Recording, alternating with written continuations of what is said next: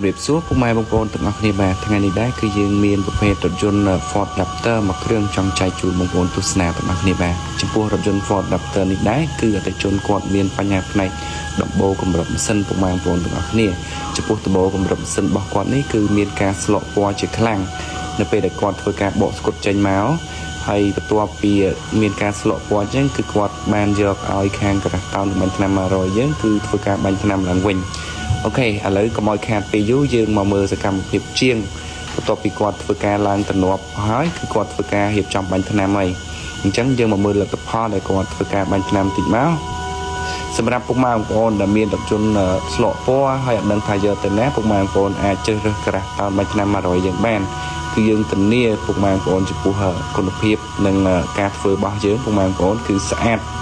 ឥឡូវនេះពុកម៉ែបងប្អូនមកពិនិត្យមើលលទ្ធផលជាក់ស្ដែងបន្ទាប់ពីយើងធ្វើការបាញ់ថ្នាំរួចរាល់បន្តិចមកហើយចំពោះពុកម៉ែបងប្អូនដែលមានចង្អុលផ្នែកទឹកថ្នាំឡានពុកម៉ែបងប្អូនអាចសាកសួរមកខាងក្រាស់តោនបាញ់ថ្នាំ100យើងបានគឺយើងរីករាយនឹងឆ្លើយសំណួរជូនពុកម៉ែបងប្អូន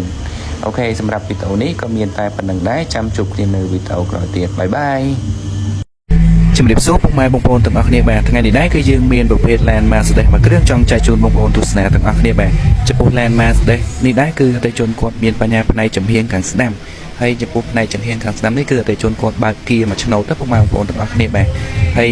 ចំពោះខាងក្រាស់តោនបាញ់ថ្នាំ100យើងគឺមានការតោនឡើងវិញដល់ស្មើសពសាច់បានយើងធ្វើការបៀកខាត់និងរៀបចំបាញ់ថ្នាំបន្ទាប់ពីយើងធ្វើការបៀកខាត់រួចរាល់គឺយើងយកឡានចូលទូដើម្បីបាញ់ថ្នាំពុកម៉ែបងប្អូនឥឡូវយើងមកមើលសកម្មភាពជាងដែលគាត់ធ្វើការបាញ់ថ្នាំតិចមកបន្ទាប់ពីគាត់ធ្វើការបាញ់ថ្នាំរួចរាល់គឺយើងធ្វើការបើកហ្វាកម្ដៅពុកម៉ែបងប្អូនទាំងអស់គ្នាហ្វាកម្ដៅនេះដើម្បីឲ្យឡានហ្នឹងគឺធន់ជាមួយនឹងកម្ដៅហើយនឹងស្ងួតបានល្អអូខេបន្ទាប់ពីយើងធ្វើការបាញ់និងបើកហ្វាកម្ដៅរួចរាល់គឺយើងយកឡានមកក្រៅដើម្បីធ្វើការខាត់ប៉ូលីបន្ទាប់ពីយើងធ្វើការខាត់ប៉ូលីរួចរាល់ពុកម៉ែបងប្អូនមើលសភាពឡានជាក់ស្ដែងមកគឺស្អាតមែនទែនពុកម៉ែបងប្អូនអូខេអញ្ចឹងវីដេអូនេះក៏មានប៉ុណ្្នឹងដែរចាំជួបគ្នាវីដេអូក្រោយទៀតបាយបាយជំរាបសួរពុកម៉ែបងប្អូនទាំងអស់គ្នាបាទថ្ងៃនេះដែរគឺយើងមានប្រភេទឡាន BMW មួយដែលជាប្រភេទឡានស្គាល់ចង់តែជូនបងប្អូនទស្សនាទាំងអស់គ្នាបាទចំពោះឡាន BMW នេះដែរគឺតែជូនគាត់មានបញ្ហាតាគៀកហើយនឹងធ្នឹមខាងក្រោមបាទចំពោះតាគៀកហើយនឹងធ្នឹមខាងក្រោមនេះគឺយើងធ្វើការបាញ់ថ្នាំឡើងវិញបាទហើយ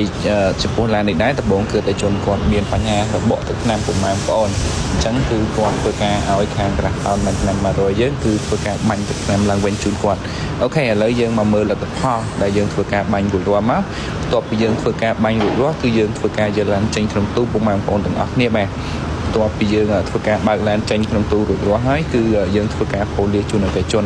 អូខេឥឡូវយើងមកមើលសកម្មភាពជាងធ្វើការប៉ូលីតិចមកបន្ទាប់ពីយើងធ្វើការប៉ូលីរួចរាល់បាទគឺឡាននេះគឺមានសភាពភ្លឺចែងចាំងពុកម៉ែបងប្អូនអូខេវីដេអូនេះក៏មានតែប៉ុណ្្នឹងដែរចាំជួបគ្នានៅវីដេអូក្រោយទៀតសម្រាប់ពុកម៉ែបងប្អូនដែលមានចង្អល់អាចសាកសួរមកខាងក្រាស់តោនបាញ់ថ្នាំ100យើងបានអូខេ